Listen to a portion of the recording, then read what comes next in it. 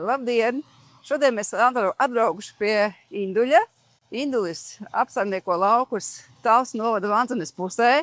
Un mēs gribam Indulim pajautāt, kā viņš šogad ir apsaimniekojis laukus, kāda viņam ir iespaidi pa sezonu un arī pa izvēlētajām graudaugu un rapšu šķirnēm.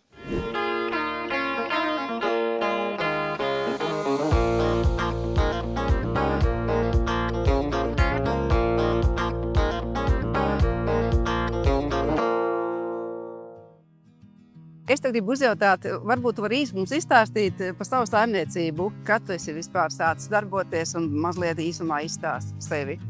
Saimniecība sāk strādāt 96. gadā ar vienu mazu traktorīti, Belarusu, kas lēnām pārtapa par bišķīt lielāku saimniecību, līdz 700 hektāriem patēja. Un tehnikas parks, moderns, salīdzinoši. Un varbūt arī īsti pateikt, cik daudz tu kādu šķirnes sēji un arī kāda tava pieredze šī ziņā. Šķirnes mēs izvēlamies lielākoties certificētas.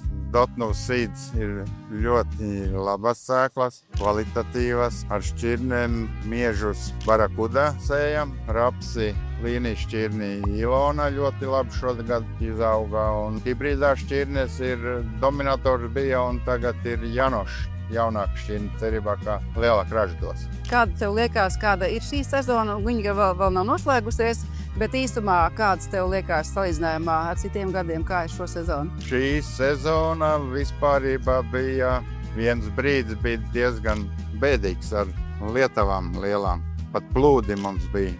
Labi, ka mēs bijām nokūluši ziemas miežus, jo pēc tiem plūdiem mums bija visu lauku zem ūdens. Un ražu ziņā pagājušais gads bija ražīgāks diezgan.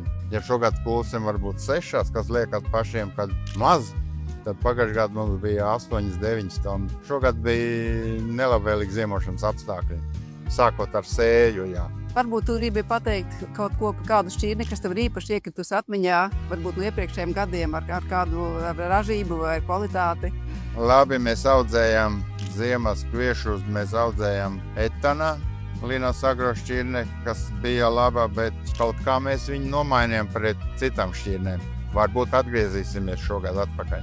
Bet cik es zinu, tu pupu šķirni izvēlējies arī pie mums, un tā ir šķirne Trumpet. Un kā tev pupas izskatās? Lauks pagaidām vēl nav nokūts, bet izskatās kāds? Pupu lauks mums pēc sējas bija šausmas, cūkas, zosis, bet tagad lauks izskatās ļoti labs vispārībā. Viņas vēl ir stipri zaļas. Bet raža liekas, ka būs ļoti labi. Tikai jāsagaida, kad nogatavojies. Tu esi arī iesējis auzus šogad. Kuras tu izvēlējies un kādu šķirni? Auzas mēs iesējam atkal Linas agro. Šķirne bija Montrose. Patreiz lauks izskatās vienkārši lielisks. Cerams, ka arī raža būs lieliska. Es zinu, ka tev pieredze attiecībā ar herbicīdu lietošanu, kā herbicīdi ietekmē ražu. Un varbūt, ka tu īsi vari izstāstīt, kādas ir bijušas kļūdiņas un ko tu zini, ko vajadzētu labāk tomēr ievērot, lietot herbicīdus.